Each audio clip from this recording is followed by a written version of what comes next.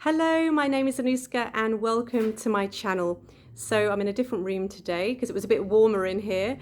But this week I'm going to talk about something that you may have experienced yourself, but was actually a question I got asked last week. And I thought, okay, this is going to be a really good question to answer for people. This is all about morning voice. Have you ever woken up first thing in the morning and your voice has been a bit croaky or raspy or really deep? And maybe it feels like it's quite hard work to get it moving and going in the morning. So I'm going to talk a little bit about that, why that's the case, and then more importantly, what you can actually do about it.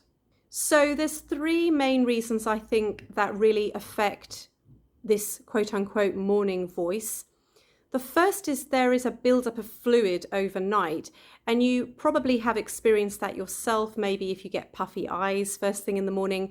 And so that puffiness extends to the vocal folds as well. Now, the distribution of fluids in the body is regulated by the lymphatic system, and the lymphatic glands tend to be most productive at night when we're asleep. Furthermore, skeletal muscle contraction regulates lymphatic fluid distribution. And since skeletal muscles are relatively inactive at night, the combination of increased fluid production and decreased fluid circulation leads to an accumulation of fluid at night. Now, from a vocal perspective, it's the thyroid gland that accumulate fluid overnight, which obviously then has a direct impact on our voice. So we've got this kind of build-up of fluid. So that's number one. Number two, kind of related to what I was just saying, but sort of related, is because we're relatively inactive at night. I mean, we know that during REM sleep cycles, for example, our muscles are paralyzed so that we can't enact our dreams. And we don't move that much when we sleep. So the vocal folds are the same. They're relatively inactive at night. So they're going to just be stiffer in the morning, like the rest of our body. And then number three is dehydration. And I suppose more specifically, the air that we are breathing in when we sleep. Now, if you're living in the northern hemisphere, as I am, you may have central heating on during the night, perhaps not overnight, but you've had it on during the evening, and so the air is often quite dry. Equally, if you live in the southern hemisphere and maybe you have air conditioning, it also dries the air, which of course then dries our body and our voice.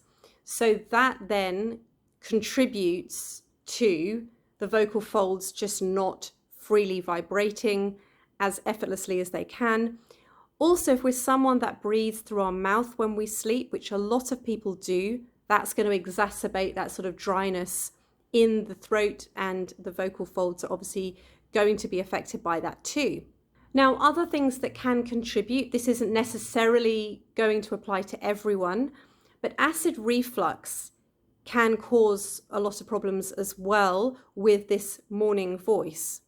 Now, if you're someone that maybe wakes up with a sore throat, but then the sore throat tends to disappear, you may be experiencing acid reflux without realizing it. It's definitely worth going to get checked out. But certain things that can exacerbate acid reflux, eating late at night. So ideally you want to be eating with a sort of 2-hour gap before going to bed, if possible. Eating certain foods like fatty foods, spicy foods, fried foods, acidic foods, and also acidic drinks. So alcohol, coffee, those types of things are going to exacerbate acid reflux. And of course, smoking as well, which is also going to dehydrate the voice anyway. And then the second one is also, how do you take care of your voice during the day in a sort of normal day-to-day basis? So if you're someone that's speaking for hours every day, what are you doing to kind of take care of your voice? Are you warming up your voice in the morning? Are you cooling down your voice at the end of the day?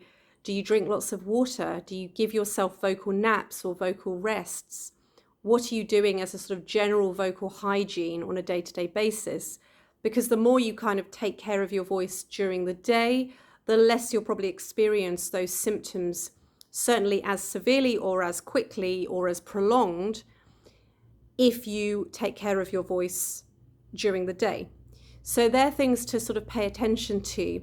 But what can you do? So if you're someone who has to be kind of raring to go, up and ready in a presentation or a meeting at say 9 a.m. or even 8 a.m., what you want to try and do is allow yourself at least a couple of hours from once you get up to when you've got to really start using your voice. And so if your meeting's at 8, get up at 6. And a few things you can do. If you're someone that has a shower in the morning, the vocal folds love hydration, they love steam. So get in the shower and inhale the steam. So good for the voice. The other thing as well is to drink a glass of water as soon as you get up. Also great for just general hydration. And then finally, doing a gentle vocal warm-up. So you could do this in the shower, and I say to my clients all the time, you know, steam is great. So do a vocal warm-up in the shower, and it can be something really, really simple. I've done loads of videos on vocal warm-ups, so I will put some of these below, but a quick one you can do is just a really gentle hum. And you could do this while you're in the shower, and your family will think you're mad, but it is really, really good. Now, the important thing when you're doing a hum, or you're doing anything actually, is to try and keep the neck, the shoulders, the throat as relaxed as possible. So where you want to be feeling this is really a kind of vibration around the lips and even the nose, but there should be no kind of gripping or constricting or tightening through the throat or the neck or the shoulders. So sometimes when I get people to do this, they might do a and they're sort of tightening the back of the throat and the neck's engaging. So it should feel effortless. It should feel like you're really putting absolutely no effort into this at all. So it's a so the neck, everything's really relaxed. What you can do as well while you're doing this is just to gently turn the head from side to side. So just make sure when you're doing this that the head is kind of on top of the shoulders and you're not poking the chin down or up, or you're not poking the chin forward. So you're nicely aligned, because that's going to help the larynx to kind of function properly and effortlessly, versus if we're constricting it by having the head up or down. So just make sure it's all nicely in alignment as well when you're doing this. So I hope that that's helped. If you've got any questions, please do post them below. But generally speaking, I think just take care of your voice as much as you can during the day. Get up 2 hours before any big speaking engagements that you have. Drink lots of water, steam the voice, and warm up the voice. And I think you'll find that your voice will kind of get back into gear pretty quickly. So thank you for watching, and I'll see you on my next video.